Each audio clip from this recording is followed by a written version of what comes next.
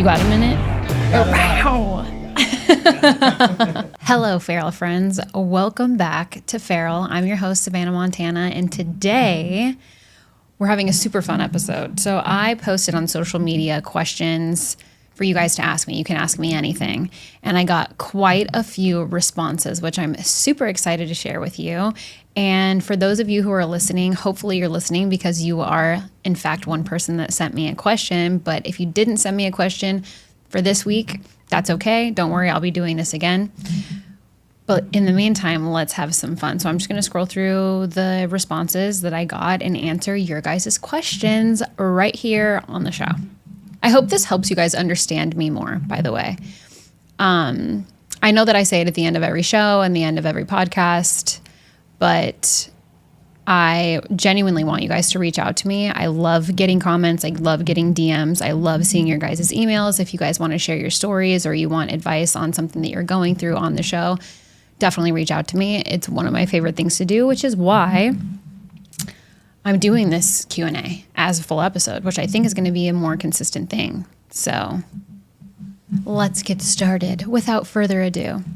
Also, I'm not going to do, I did say that I was going to do shout outs, but for protecting people and protecting myself on the show, since I don't have a disclaimer for that, I'm just going to do the initials of the person who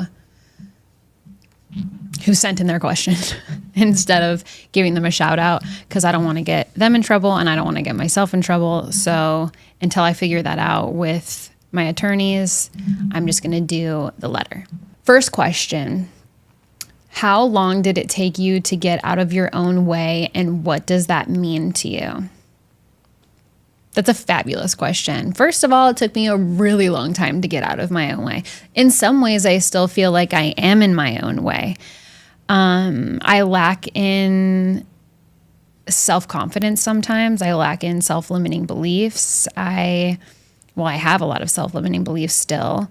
So it's just overcoming that. But I think that caused me to stay in my way and talk myself out of my dreams and talk myself out of who I am and what I want, and really diving into my self-expression and being myself in front of other people and being myself on social media, and starting a podcast and hosting events. So I would say most of my adult life, it's taken me to get out of my own way. Maybe, I think 27. And you guys will hear me talk about my 27th birthday a lot on this show. So I would say from 18 to 27 is how long it took me to get out of my own way. And it's because 27 is when I realized I was in my own way, and it was fully my responsibility to get myself out of my own way. If for those of you who don't maybe understand what it means to be in your own way, it's basically you're putting yourself in front of you. So self-limiting beliefs, talking yourself out of your dreams, not doing what you say you're going to do, being too afraid to dive in or try something new or bet on yourself. There's so many ways that you can be standing in your own way. In relationships, you can stand in your own way by not being vulnerable, by not letting your guard down, by not trying new things or meeting new people or putting yourself out there, or being honest about who you are. There's so many ways to stand in your own way, and I am guilty of all of them. I've done them all. So yes, I stood my way for a long time. What is that? I'm terrible at math. 18 to 27, 18, 19, 20, 21, 22, 23, 24, 25, 26, 27, 10 years. Okay. What it means to me now that I'm getting out of my own way is self-liberation, I would say. I'm in the era of my life where I get to be who I am. I've always gotten to be who I am, but I was afraid to show that to the world. So even though it's uncomfortable, it's scary at times, and I don't always want to do it, and I go back to that negative headspace, and I do dive into my self-limiting beliefs, and I get depressed or anxious or overthink or obsess over everything that's not perfect all the time. I think being able to recognize when I'm in those moments to get out of my own way and remember that that's not going to serve me. And it's living in the uncomfortable parts and the messy parts and the mistakes and the mess ups along the way is what moves me further out of my own way. It moves me closer to my purpose, closer to why I'm here, closer to my dreams and my goals and my accomplishments and what I want to succeed in. It's taught me a lot. It's taught me that being in the scary is the part of your life and your dreams that get you closer to where you want to be. You have to get scared. You have to put your money where your mouth is. You have to face your fears, because if you don't, you'll just stay the same. And if I'm the person standing in my own way, I'm not changing. And if I'm not changing, I'm not growing. If I'm not growing, I'm not hitting my goals. If I'm not hitting my goals, I'm not making my dreams come true. So I have to remove myself out of my own way and overcome the old version of myself in order to step into the new version of myself.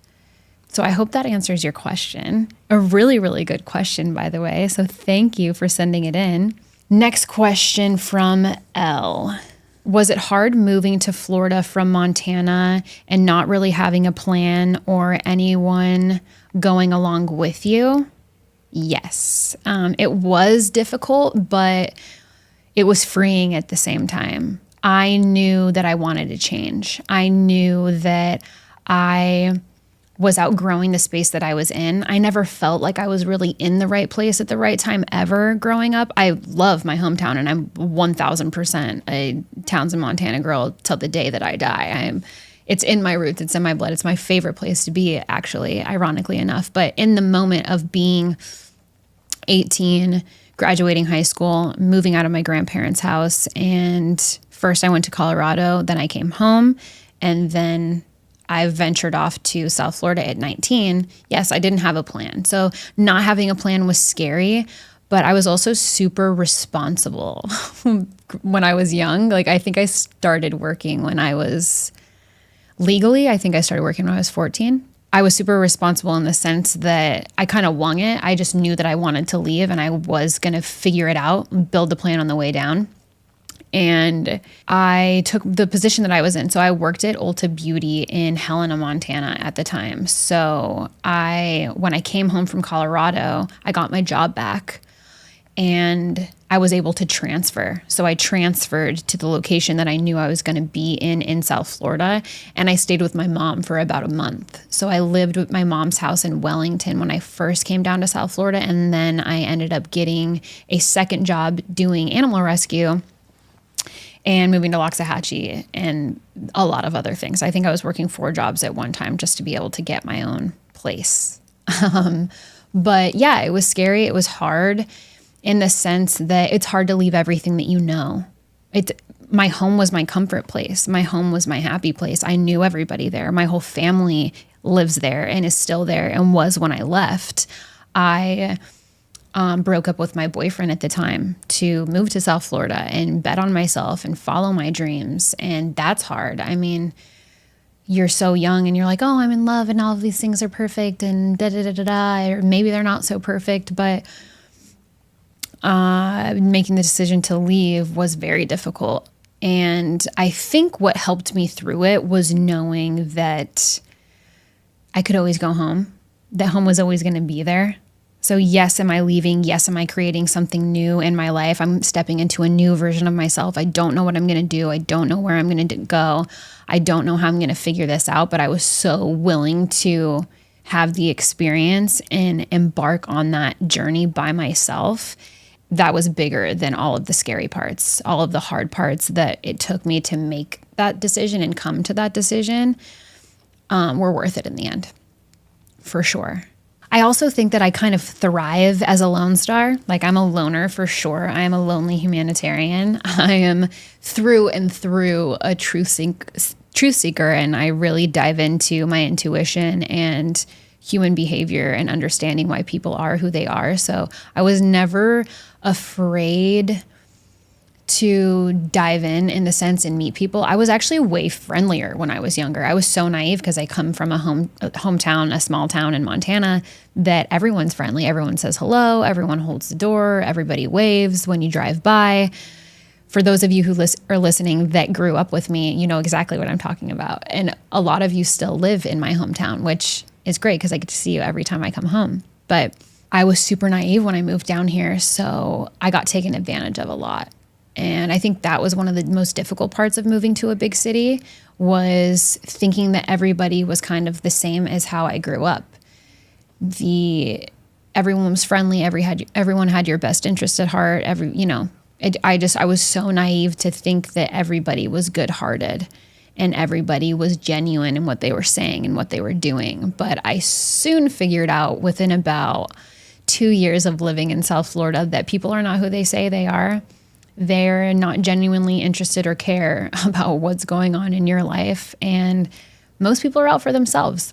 And that's not to be mean and that's not to offend anybody, but I live in a very superficial place, and I did not come from a very superficial place at all. No one gives a shit what they look like, what they wear, who they hang out with. It's like, this is who I am, take me or leave me. And I love that. That is why I get to be myself. That is why I still get to be Savana from Montana, because that's always who I'm going to be, but that's who I grew up around, and when I go home, everybody's pretty much the fucking same, which is not a bad thing in some cases.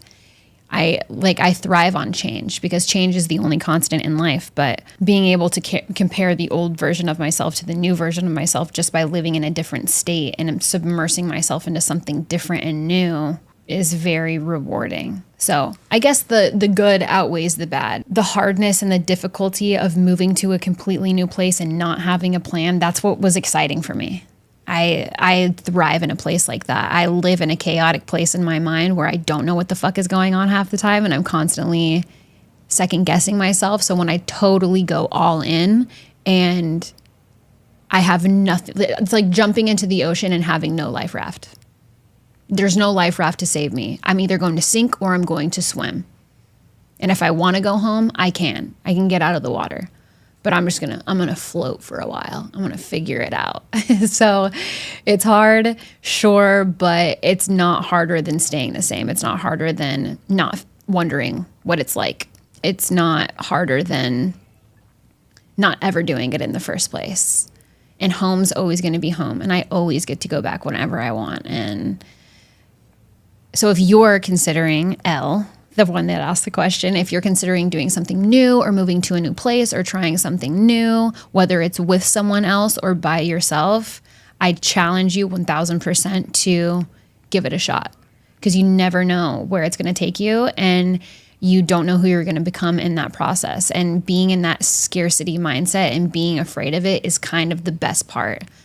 That's where you're going to learn the most about yourself. That's where you're going to figure it out. That's building the plane on the way down. Sometimes having no plan is the best plan. We're on the non-planned plan. That's what my grandfather always says. He's like, it's a 7-minute plan, sugar. I don't know what we're going to do. We got 7 minutes to figure it out and then we're going. It's the best way to live your life. 1000%. Shout out to my grandfather, the apple of my eye. I hope that answers your question, Elle. And thank you. That was a fabulous question. What made me want to take the adventure to move across the country? Solo dolo. Question from L. A lot of things. I think I just didn't like who I was anymore. Honestly, I was so comfortable with my life, and I didn't even realize it at the time because I was so young and I don't have the thoughts or the mind that I did then. But I wanted to see what was out there. I've always had this huge zest for life and adventure and trying new things and meeting new people. And it's very easy for me to communicate with people and for people around me to communicate with me. I can't tell you how many times people have said, I can't believe I'm telling you this. I don't know why I'm telling you all this. Oh, I can't believe how comfortable I am with you. I don't know what that is about me. I'm happy to be that person for people. It comes very natural to me. But I think I just wanted to see what was out there. I wanted to change myself. I mean, as most of you know who grew up with me or who know me in real life or have known me forever, it seems like you guys know that I used to be overweight. So there was a lot of things that I was down about in my life. Also, my relationship at the time, also granted, I was 19 years old, wasn't that great. And So I wanted to change. I wanted to build new relationships, make new friends. I wanted to work in different places, just experience something new. None of that ever scared me. I always wanted to venture out. I also lived with my mom in South Florida for 6 years, or not in South Florida, on the west coast of Florida, from the time I was in second grade to the time I was in seventh grade. So I had been introduced to a completely different part of the world before I ever moved out of my hometown as a young adult that had just graduated high school, which is a child. I wasn't really a young adult when I was 18, 19. I was an idiot. I was a shit show. Still a little bit of a shit show, but hey, here we are. I think after seeing that kind of way of life and that lifestyle and different things, my mom specifically, she always gave us opportunities to see new things, and she would travel with us when she could when we were kids. So she'd take my brother and I to cool places, and she taught me to never be shy. It was always like, speak up, shake somebody's hand, look them in the face, be who you are. So I learned that at such a young age that I had that self-confidence enough to not be afraid to embark on my own and take an adventure by myself and go to new places and make new friends and try new things and have different jobs. I've had so many jobs. It's embarrassing probably, but I don't give a shit. I'm a better person for it. But I think I just always knew from a young age I wanted to change my life, and I wanted to be impactful for other people to change their lives too, which oddly enough, now I'm here in front of you guys on the show. I have my personal brand. I'm hosting events and podcasts. So I think I always knew I was in for the adventure, and I still am. I mean, just last year for the first time, I went to Europe, and I told my fiance, I said, I love you to death, but I'm not waiting to experience a different part of the world anymore. You don't have to come with me if you don't want to, but I've got to go. Like, I crave adventure, and I crave human communication and activity. I want to see how other people live their life. I want to see how other people communicate. I love different languages. I love different foods. Like, I'm a very curious person. That's why I'm a cat person. I prefer cats over dogs. Sorry to burst your bubble, but any of the dog lovers in here. But yes, I just have always had that zest for life, that I wanted to, see all the different versions of myself. And like I said before, I didn't know that at 19, but I definitely know that now. I always felt that fire within myself. But luckily I was sassy enough to actually do it, because that's how I would describe myself when I was 19. I was out there. I didn't give a shit. My give a damn was busted. I was like, all right, I'm leaving. I'm out of here. Deuces. So I hope that answers your question, Elle. Worst date you've ever been on? From Kay. All right, Kay. Worst date I've ever been on. I wasn't much of a dater growing up. I'm a relationship junkie. I'm a very loyal, committed person, and I never lived in the dating scene. If I did, it wasn't for very long, because I was kind of secluded. I was just never good at it. My mom always told me, you need to date more. You need to go see what's out there and don't put all your eggs in one basket. Didn't happen. Eggs, basket, engagement ring. I don't know what to tell you. Worst date I've ever been on. Shoot. I think I met someone on social media and actually met this person in real life. And I had gone out on a couple dates with him before. And one day he randomly asked me out. We went to like some sports bar. And I don't know what we were talking about. It was definitely on my period or PMSing, because I was so emotional. I was probably like 19 or 20 when I first moved to South Florida. It was in Boynton Beach. Went to this sports bar, and I don't remember what we were talking about, but I got super emotional and started crying. And I remember eating like chicken wings, and I was like crying hysterically, so embarrassing. And I don't know what he said to me. And I was like, I definitely, after leaving that day, I was like, I don't ever want to see this person ever again. Like, that's mortifying. Mortifying. Ooh, I could also tell you one time, I mean, that's me being like an embarrassing hot mess express, not good at dating. I'm way more vulnerable and open about who I am today than I was when I was 19. And I think that guy was quite a bit older than me. He was probably in his late 20s and I was in my early 20s. Maybe I was like 20. I don't think I was even old enough to drink. And I think I was definitely drinking at the bar. Anyway, and I was actually out with my girlfriends and I caught my boyfriend at the time on a date with another girl. So literally texting me from the bar, leaving to go meet my boyfriend at the time at my house. I walk past the bar and he is on a date with another girl. And I literally deadlocked eyes with this man. So I'm like, date with my girlfriends turned into catching my boyfriend at the time on a date with another chick. And that was probably one of the worst experiences I've ever had in a dating situation, since I'm more of a relationship junkie than I was a dater.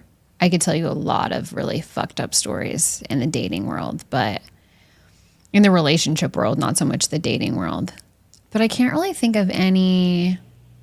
Actually, I have another one for you. Worst date.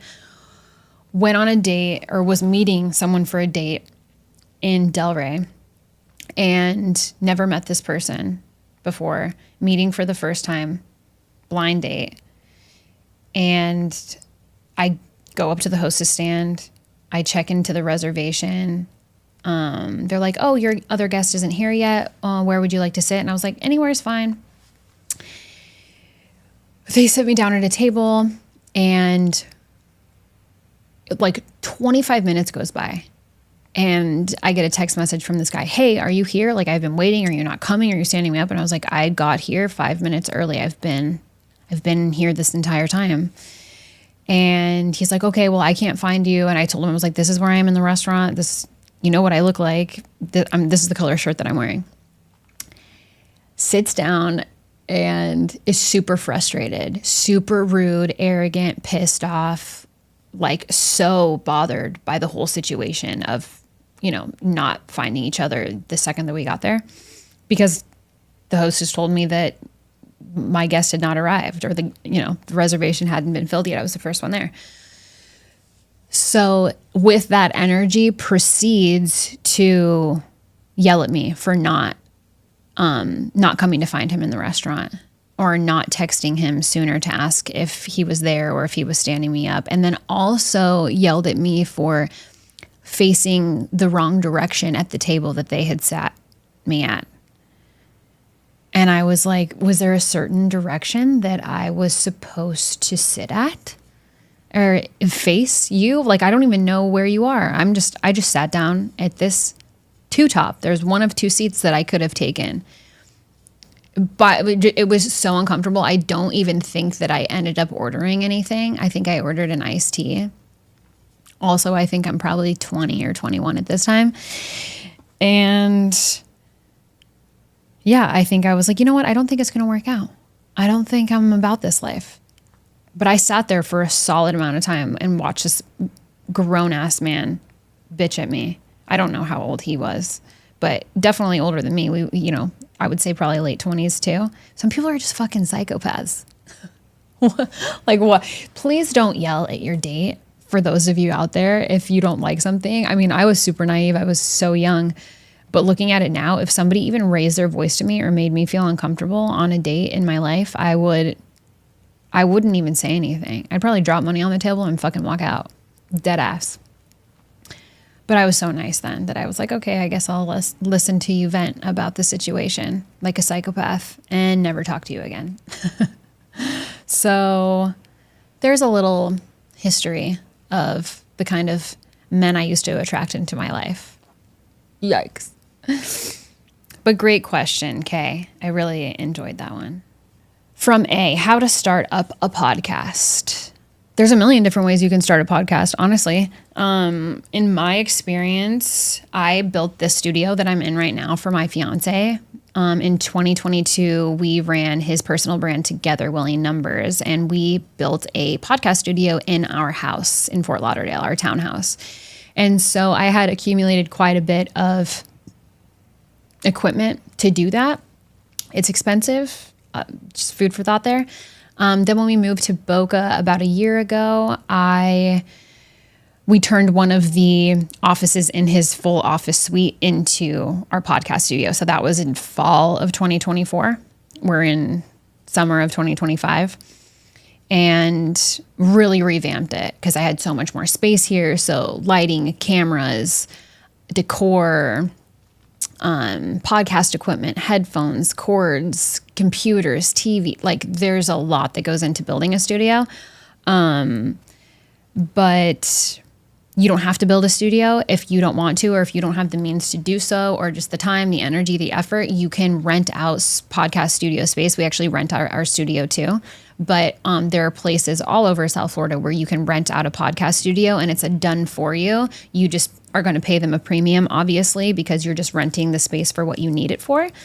And then it just depends on pricing, how much you want to record, what your show is about.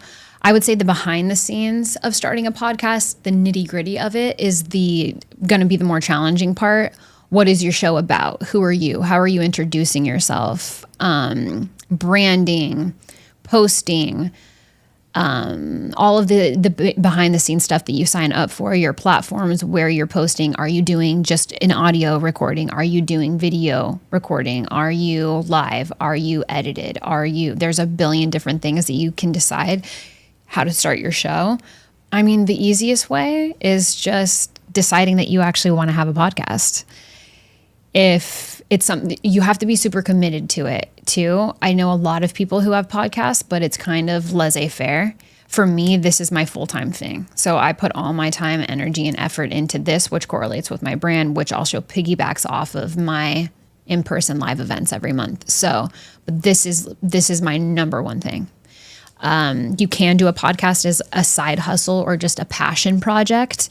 You don't have to do it full time, but it just depends on where you want to take it. Where do you want it to go? What do you want to do? Is it something that you want to do forever? Is it something that you just want to do right now?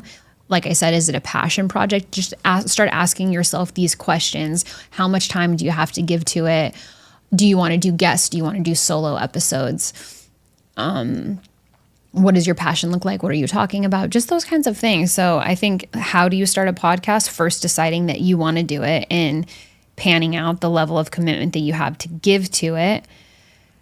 Start your branding, which someone who has a personal brand and has all these things, I can give you further advice if that's something that you're looking for. I won't do it on here.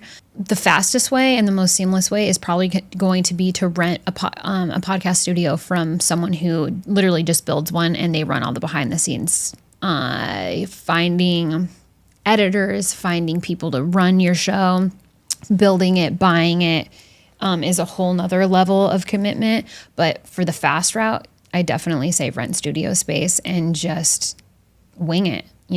That's kind of what I did. But also, I put myself out on social media before I sat down. I mean, I'm still getting my sea legs for my podcast. I'm still figuring this out as I go. But making sure you're comfortable on camera, you're comfortable in front of a microphone. If it's a first time for you, maybe guest on somebody else's podcast or talk to other people who have shows and maybe try to get on one of them, or start posting yourself on social media before starting your podcast so that you can see the level of comfortability that you have being able to post without being scared. I still get scared when I post sometimes too, by the way, whether it's an episode, whether it's social media, whether it's being live with my audience on social media.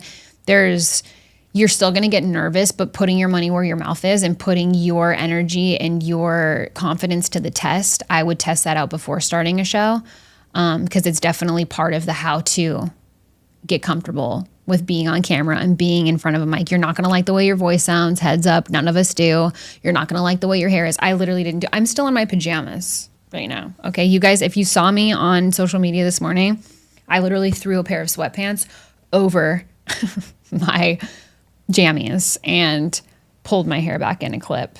And then the back end stuff of the how-tos is really just signing up, deciding what the name of your show is going to be. That was super difficult for me just because everything that I wanted for my show was already taken. There was so many duplicates. There can be the same name for a different, for somebody else's show. You'll see that if you go online. The way that I did it was I went on all of the podcast platforms and looked at what was available that I wanted or what wasn't available. And I just started searching shows and everything that I wanted was taken. And then when I decided on Feral, I was so excited because it wasn't taken. There are obviously other shows that have the word Feral in them, but I based mine around my personal brand. So there's a lot to the how-tos. I could probably go on 15 different tangents of what exactly you need to do. Maybe I'll do an entire episode of starting a podcast just for you guys, because that's kind of a long-winded answer, question, Q&A. There's a lot that goes on with it. I can start doing specific Q&As for you guys too, so that might help answer some of your questions. But the long and the short of it, how to start a podcast: decide that you want to do it, have the balls to do it, decide what you want your show to be about, and put yourself in front of a camera on a microphone, or even just the voice notes and the camera phone on your cell, and see if you like it before you spend a bunch of money investing in it, because it is not a cheap business.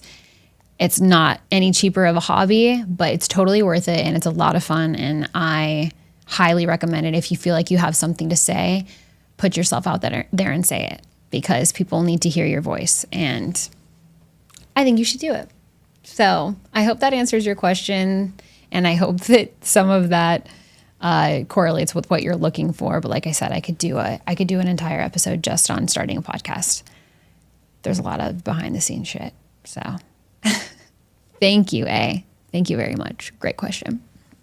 Ooh, this is a really good question. How do you gain confidence when you lack it? A. There's so many ways to do this, but my favorite way is faking it till you make it. And I know that that's probably such bad advice for so many people, but fake it till you make it. The confidence that you don't have, that you want to have. Imagine that person in your head. Maybe it's me. Maybe it's a singer. Maybe it's a movie star. Maybe it's your best friend. Maybe it could be anybody that you want it to be. Imagine what that person does. What does that person do that makes you feel confident? And you're like, damn, I wish I could walk around like that. Or damn, I wish I was confident enough to wear that outfit or say what she just said or what he just said. Imagine what that person looks like. And then all those characteristics, all of that persona of that person, copy and paste it onto you, because there's something that correlates with that person that also correlates with you. And imagine that is you. Just sit in that feeling for a second and be like, damn, this feels good. I really like this, or I like my hair, or I like my makeup, or I like this outfit, or I like where I'm at, or where I'm sitting, or who I'm with. Whatever those things are that you want to attract in your life, visualize them. Visualizing is one of the key components of manifesting anything in your life. But then putting yourself to the test. So go out, dress up like that. Even if you're by yourself, go dress up, go put yourself in the position of that confident place, of that confident person that you want to exude and you want to be like. And go put yourself to the test. Go sit at a bar by yourself or with some friends, or go to a restaurant that's kind of bougie or classy that you would typically not hang out at, but you would want to hang out at, or vice versa. If it's as simple as a dive bar, put yourself in the situation to win. I create confidence out of thin air all the time. I think that self-confidence is super overrated. Ooh, I talk myself out of shit. All of my self-limiting beliefs and everything that's scaring me about being the confident, the best, most authentic, real, unapologetic version of myself, I flip the script. So all of those negative things that I'm telling myself, or everything that I'm lacking or I'm doubting in that moment, once I say it in my head, I count down from 5. I do this with I even do this with health, but this is a hack that works in every single way, because it's neurological reframing. Your body actually, just listen to what I'm going to say. I won't get all crazy science on you. So whatever I said, let's say I'm not pretty enough to wear that outfit.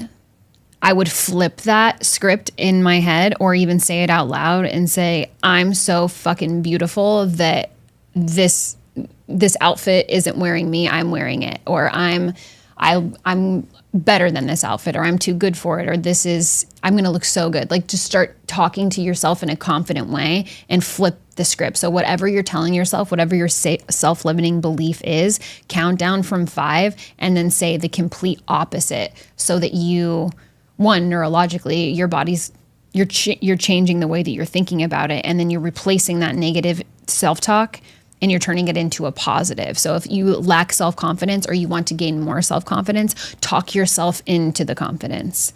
Even if you don't feel it, even if you're terrified in the moment, or you're like, damn, I don't want to be here, I don't feel good. Do things that make you feel good. Put yourself in a positive state. Change your state. Tony Robbins talks about that all the time.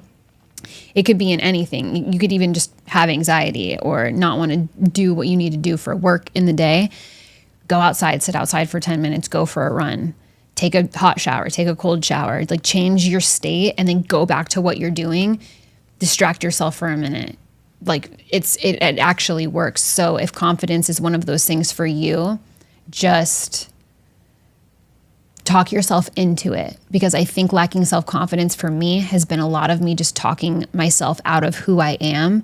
And when you can own who you really are and step into that version of yourself and be authentic and not give a damn what people are going to say, what they're going to think, how they're going to respond, how they're going to react, let them do it anyways, because people are going to be that way. But you're going to prove to yourself that you can be that confident version of yourself just by trying a little bit more every single time. So inch into it, whether it's changing your hair, your makeup, your clothes, where you hang out, who you hang out with, any of those things. Change your state of mind. Fake it till you make it. There's so many events that I have gone to, or moments, even on the show, that I'm having an off day, or I don't feel good, or I don't feel like myself. And I flip the script and I just step into that version of myself and I just go with it. And eventually your body, your mind, your soul, your spirit, all of that stuff will start to catch on. And then it'll be a lot easier to step into your confidence without questioning yourself or telling yourself that you lack it. Being yourself and owning your shit. And I think a lack of self-confidence too is just worrying about what other people have to say, or wondering, or feeling like you're too much or you're not enough. None of that's true. That's all bullshit. Those are the self-limiting beliefs that we tell ourselves. You're smart, you're beautiful, you're funny, you're intelligent, you're going places. Trust me. And I know the person who actually sent in this question, and you're doing all the right things. So just keep doing what you're doing and bet on yourself.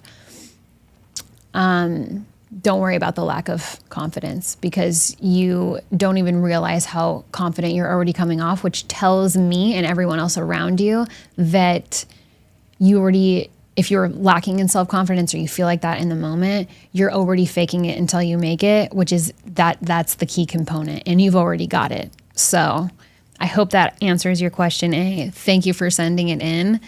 I will do a whole episode on self-confidence and how to do it and when to do it when you realize that you're not. Like, that's going to be a super fun episode, because I've come a long way from being in front of this camera and on this mic with you guys. Trust me. Self-confidence is a big one. Confidence in general. So thank you for the question. Let's move on to the next one. How did you get so successful in a few years? Well, first of all, thank you for the compliment. I feel like, here's self-limiting beliefs. I don't even feel like I'm as successful as I should be or I could be. But thank you. I'm so glad that you feel that way. And great question. How did I get so successful in a few years? A lot of ways. I changed the people that I was hanging out with. I used to think that being nice and letting everybody in was the right thing to do, and just being kind and open and allowing everyone to take my energy because it's what they needed was doing the right thing and being a good Samaritan. And I realized a few years ago that that's not the case at all. And I had to learn how to fire my friends and my family. And I love my family and I love my friends. But I think one key component of finding success and stepping into who I am today and what I have to give to everybody now was changing the 5 people that I surround myself with. So I stopped doing certain things, like I stopped drinking, I stopped partying, I stopped doing things that weren't serving me, stopped going out on like random weeknights. I started focusing on myself, what makes me me. It's not easy to turn your life off. So getting to a place of success and figuring out who you are is a very quiet place to live. Let me say that again. Finding who you are and getting to a place of success is a very quiet place to live. And I think as human beings, naturally, especially Americans, we are so surrounded by noise and it's so easy to get distracted. It's easy to pick up our phone. It's easy to go out into the world. It's easy to focus on fun and the happy things and let loose and take a shot, get hammered, do drugs, whatever your poison is, take your pick. It's easy to go that route, and making the hard decision to minimize my social life was one of the best ways to find success and create consistency in my life, even for the girl who claims to be inconsistent as fuck. That's me. It helps a lot. It makes a huge difference. It's also realizing that you are gonna hurt people's feelings and you're not doing it intentionally. If it hurts people's feelings or if it bothers others to watch you change and grow and focus on yourself and on your life, then that's a them thing and it's not a you thing. And you didn't do anything wrong by choosing your success and your goals over bullshit. There's a lot of ways. I mean, well, I already touched on it. I stopped drinking. That was a huge time suck. I was getting a lot of anxiety and depression, even like contemplating and going into a night of drinking. So that's when I decided to take a break from it, which was one of the best things that I ever did for myself, because that break turned into a 2.5 years later kind of thing. Didn't plan for that, but here we are. Well, figuring out what it is that you want to do.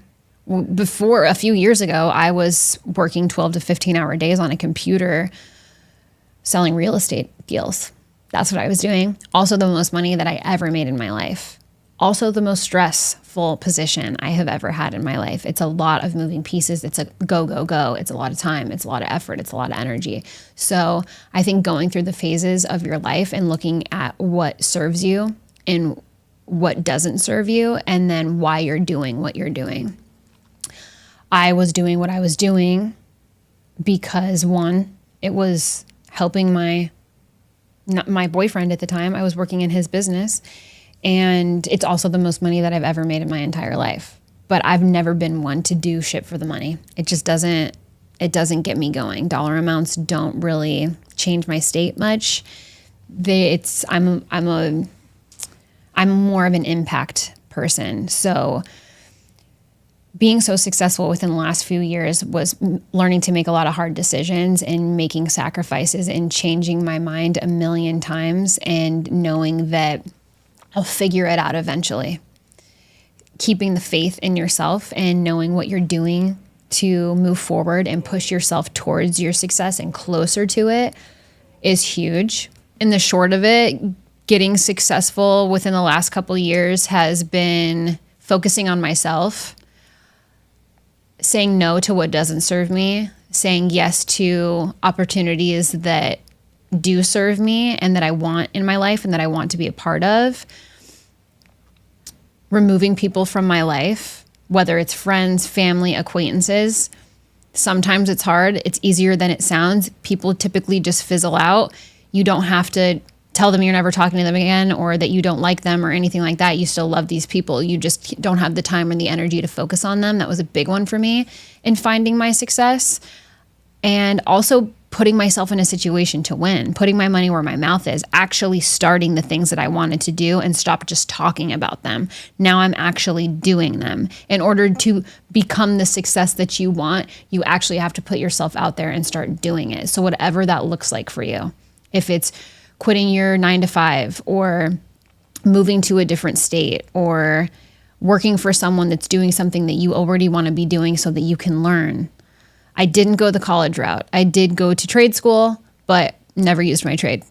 You got to put yourself in a situation to win is my point. You can't just talk about it. You got to be about it. And I spent the last 3 years talking about my dreams and not being about my dreams. So now that I'm actually here, that's why I've been able to build the success that I have today, is by showing up fully as myself, putting myself out there, focusing on my brand and my dreams and what I want to be building. This is the arena that I'm in. You can do this in any arena. It doesn't matter what you want to be, who you want to be, where you want to go. You just got to put yourself in the situation to win. Then you're telling the world and the universe that this is what you want, and you're willing to do whatever it takes to get it, and it will start serving you those opportunities to say yes. And then it's going to throw some curveballs at you of your old life and your past and the things that you had to give up and sacrifice to get here. And it's your responsibility to recognize when that happens, and you still have to say no, because that's not what serves me, and that's not getting closer to my goals and closer to my success and closer to fulfilling my dreams. So there's a lot of yeses and there's a lot of nos in finding the success that I've had, but all of you can do it. Any one of you can do it. So thank you for your question, P. It's a really good question. L, why are you so amazing? This is one of my friends, as you can tell, but I'm throwing it in there because it's just a nice boost of confidence. I'm so amazing because of you guys, because of the people that I have in my life, because of the situation that I've put myself in to be here, actually. Not that I'm tooting my own horn or bragging about how amazing I am, but it's also part of my branding to talk about yourself and brag about yourself. I get to be this version of myself because of the people that are around me. I get to be the best, most authentic, outspoken, unapologetic version of me because of you guys. And that's amazing in itself. So thank you for the compliment, but also I couldn't be me if it wasn't for you. I couldn't be me if it wasn't for the women that come to my events, or the people who reach out to me on social media, or the people that I see in real life, the people that I've attracted into my life to make my world possible, to make my dreams my reality. So it's all amazing. But again, thank you for the compliment. And remember, if you guys don't follow me on social media already, please do. I love hanging out with you guys there. But a big part of my women's events I bring women together literally just to talk about themselves. I want to know all about you. What's going on with you? What are you stressed out about? What do you need to vent about? What are you working on right now? What makes you tick? What lights you up? Like, there's so many conversations that we have at every month's Her Table event that I don't dim the light of other people. It's actually what lights me up is making other people feel good about themselves. So talking about how amazing you are, talking about how excited you are about something that you've done or what you've experienced or something cool. Like, I don't mask people's fabulousness. That kind of defeats the whole purpose of my branding and what it's like to be me. I love building people up, and I genuinely like hearing from them. So when somebody sends me a question, why are you so amazing? I'm amazing because I get to do this with all of you guys. And if I change one person's life, or if I make one bit of difference in your day or how you feel about who you are or what you're doing, then I'm winning. That's why I get to be amazing, because I get to piggyback off of anything that you're going through. And by you being you, I get to be more me, and I get to continue giving back, because that's where I thrive. So don't mask yourself. Don't not talk about yourself just because society says. If you talk about yourself too much, it's because you're conceited or you're full of yourself or you're selfish. Like, all of that's bullshit. And yes, are those things true in some cases? Absolutely. But in my world, I attract that kind of behavior of where I want people to show the best side of themselves. And I don't want specifically, especially women, but it can be men too. I don't want to watch people mask themselves, and I don't want to watch people pretend to be somebody that they're not to make everybody else feel comfortable. I want to see who you really are. And I think that that person deserves to have a voice and have an opinion and always show up fully as themselves, at least when they're around me. Because I don't like fakers. I like the fabulous, amazing, crazy assholes that we all are. So, yeah, thank you for the compliment, and you're amazing too, and I love you so much. Z. Another question just like the one before this. Is it hard being that pretty? Well, no, it's a gift. It's an absolute gift, and I love it. And thank you, God and the universe and all of the beautiful things in life for making me who I am.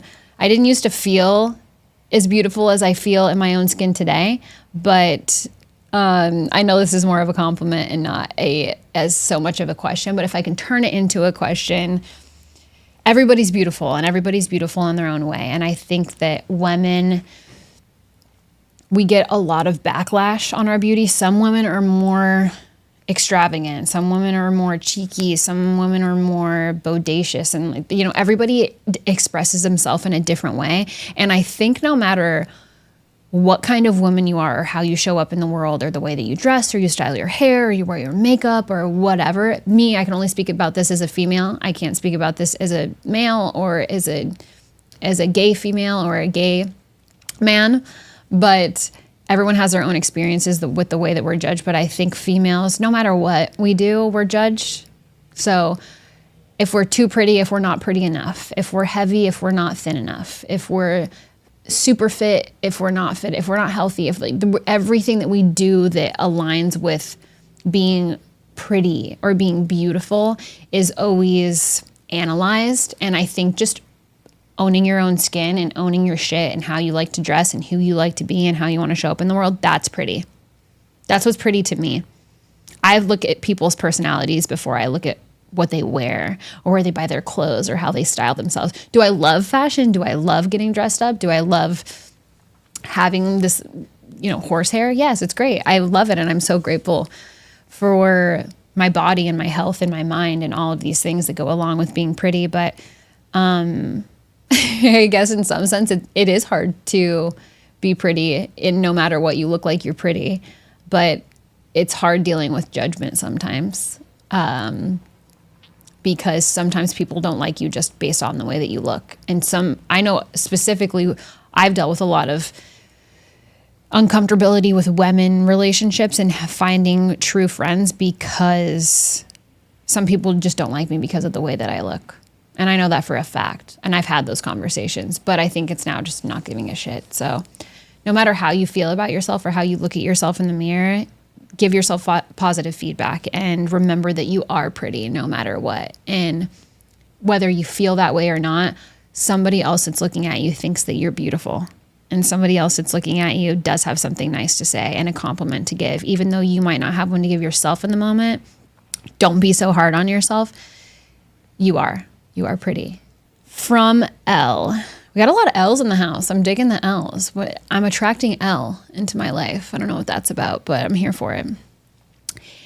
If you were athletic, but not an outdoorsman, what would be the first activity to do? There's so many different ways that this question could be asked, I think. But if it's about doing it inside, being athletic and not being an outdoorsman, being an indoorsman, which I feel like I am, I would do gymnastics. That's what I would do. 1,000% I would do gymnastics. I don't even know why I'm having this conversation. That is what I would do. I have actually considered getting into gymnastics as a hobby as an adult right now. I jumped into ballroom dancing on a whim when I moved to Boca. But now I think, if I was athletic, which I think I'm decently athletic as someone that just works out all the time. I think gymnastics, that's what I would do. I would get back into tumbling, and I was a cheerleader for quite some time. I think I started cheering when I was 8 years old, and I cheered all the way through high school competitively.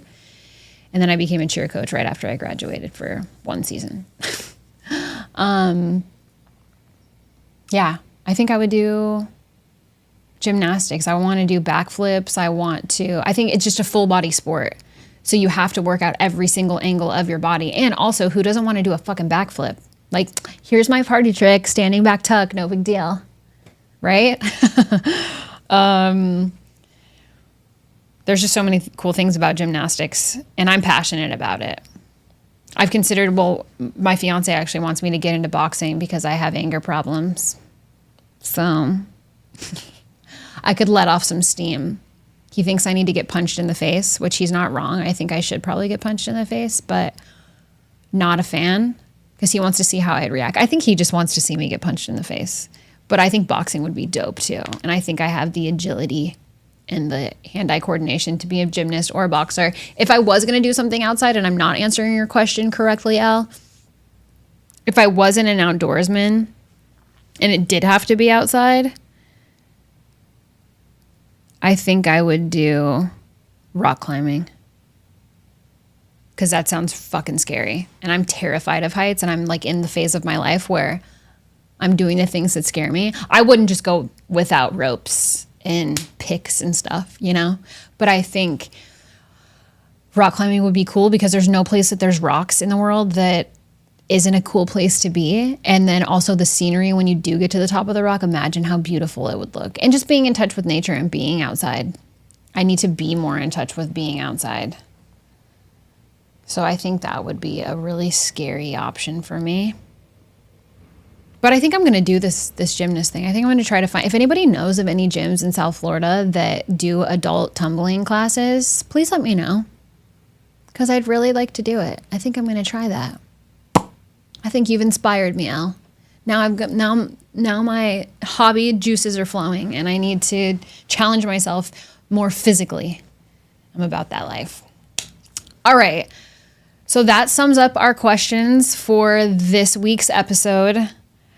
Thank you guys for all of the questions that you've sent in. I really, really enjoyed it. I'm probably going to continue doing these Ask Me Anything questions because I just really liked interacting with you guys, and all the questions were so different and from so many different places and things. And I really hope that I answered them all. If I didn't, feel free to comment below and say that didn't answer my question. Savannah, you totally missed the boat. And I apologize in advance. Even though we don't say sorry here, we are unapologetic about who the fuck we are. In the future, if you guys want to reach out to me or send me comments, questions, concerns, stories, experiences, advice, whatever it is that you guys want to communicate with me about, please email me at feral@savanamontana.com. That is the fastest way to get your answers or your questions answered on the show. But also when I do the Q&As, I'll post those on social media for you guys just because it's a more seamless option and it seems to be working super well. I've had a lot of fun with you guys today. If you liked this episode, please give it 5 stars. If you think that there was any good advice or storytelling in here that you could relate to somebody else or you think somebody else would benefit from, please don't hesitate to share this with them. I hope you guys are listening from YouTube or from wherever you get your podcasts. I am on Apple Podcasts, Spotify, iHeartRadio, Amazon Music, YouTube, all the things. Social media is yet to come. Follow, like, subscribe, hit me up on social media at Savannah_Montana, TikTok, Instagram. You can follow the show at Feral with Sav. Don't forget to stay feral. Mwah. I love you, and I will see you next Tuesday.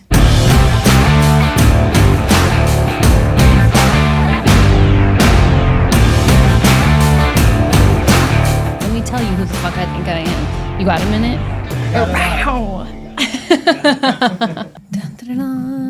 Hot Mess Express coming at you live from the studio.